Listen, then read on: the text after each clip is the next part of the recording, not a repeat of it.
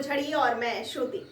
Computer, mobile व internet के युग में भी पौराणिक बहरूपिया कला देश दुनिया में लोगों का मनोरंजन कर रहे हैं। आखिर क्या है ये बहरूपिया कला? आइए आपको सब कुछ विस्तार से बताते हैं।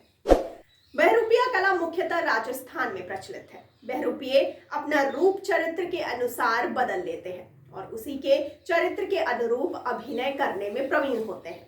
अपने श्रृंगार और वेशभूषा की सहायता से वे प्रायः वही चरित्र लगने लग जाते हैं जिसके रूप की नकल वह करते हैं।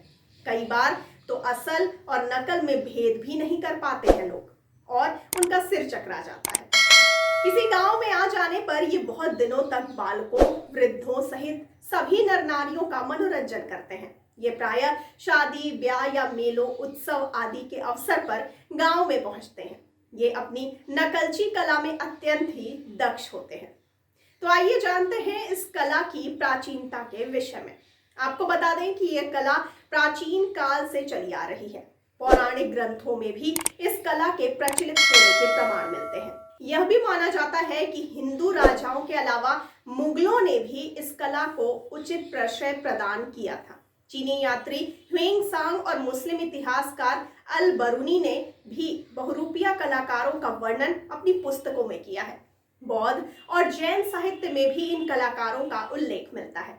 इस कला को बहरूपिया कला, स्वांग कला जैसे कई नामों से जानते हैं।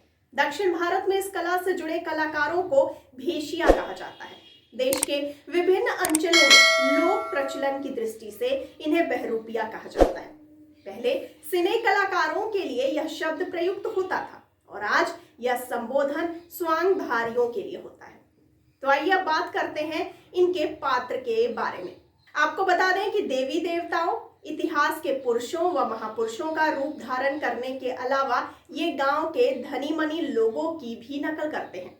गांव के बोहरा, सेठ जी, बनिया आदि भी इनके मुख्य पात्र होते हैं। पौराणिक ग्रंथों में भी इस कला के प्रचलित होने के प्रमाण मिलते हैं। हिंदू राजाओं तथा मुगल बादशाह ने भी इस कला को उचित प्रश्रय दिया था। तो आइए अब जानते हैं कि कैसे ये कला विलुप्ति के कगार पर पहुंच गई है। जी हाँ, सही सुना आपने।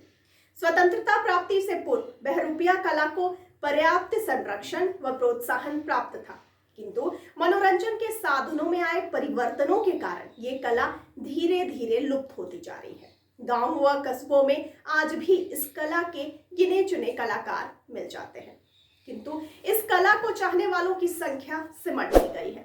देश के विभिन्न अंचलों में इस कला के तौर तरीकों व प्रस्तुतिकरण में कुछ भिन्नताएं पाई जाती हैं, परंतु इस कला की मूल आत्मा सर्वत्र समान है। वर्तमान परिवेश में बहरूपिया कला आजीविका का साधन मात्र बन गई है। बहरूपिया कलाकारों के बहरूपिया कलाकार स्वयं को कई स्वरूपों में पेश करना चाहते हैं, परंतु हर पात्र के लिए वेशभूषा, बनाव, श्रृंगार आदि का खर्च आय की अपेक्षा अधिक होता है। राम, कृष्ण, शंकर, हनुमान, भीम, अर्जुन, द्रौपदी, शकुनी आदि पात्रों का रूप धरने के लिए ये कलाकार आर्थिक दृष्टि से इतने समर्थ नहीं होते कि नित्य नए स्वांग रचकर दर्शकों का मनोरंजन कर सके। आइए अब जानते हैं कि इस कला के संरक्षण हेतु क्या क्या किया जा रहा है। आपको जानकारी के लिए बता दें कि बहरूपिया कलाकारों को प्रचारित, प्रसारित एवं प्रोत्साहित करने के उद्देश्य से अहमदाबाद के ओचवलाल तलाटी म्यूनिसिपल कम्युनिटी हॉल में आयोजित राष्ट्रीय बहरूपिया सम्मेलन अपनी तरह का पहला और एक अनूठा आयोजन था। यह आयोजन गुजरात सरकार व पश्चिमी क्षेत्र सांस्कृतिक केंद्र उदयपुर के संयुक्त सौजन्य से किया गया। इस राष्ट्रीय सम्मेलन में देश के विभिन्न अंचलों से आए बहरूपिया कलाकारों ने अपने क्षेत्र में प्रचलित विशिष्ट स्वांगों को रचकर पारंपरिक कला का प्रदर्शन किया। इस कला को प्रोत्साहन देने के उद्देश्य से आयोजित इस सम्मेलन की प्रासंगिकता व सार्थकता इस रूप में महसूस की जा रही है कि देश भर के 100 से भी ज्यादा बहरूपियों को अपनी बिरादरी व पेशे से संबंधित कलाकारों से मिलने का अवसर तो प्राप्त हुआ ही, विभिन्न प्रांतों में प्रचलित इस कला का वृहद परिवेश में संयुक्त प्रदर्शन भी दर्शकों के लिए रोचक व आनंदित करने वाला अनुभव रहा। उचित संरक्षण व प्रोत्साहन प्रदान करने से गांवों व कस्बों तक सिमटी इस कला को बढ़ावा मिल जाएगा। सिर्फ इतना ही नहीं, बहरूपिया कलाकारों की प्रार्थना पर गौर करना भी विचारणीय पक्ष है कि इस तरह के सम्मेलनों का आयोजन प्रतिवर्ष होना चाहिए ताकि यह कला लुप्त न हो। देश के सांस्कृतिक केंद्रों को चाहिए कि बहरूपिया कलाकारों के लिए सार्थक पहल करें।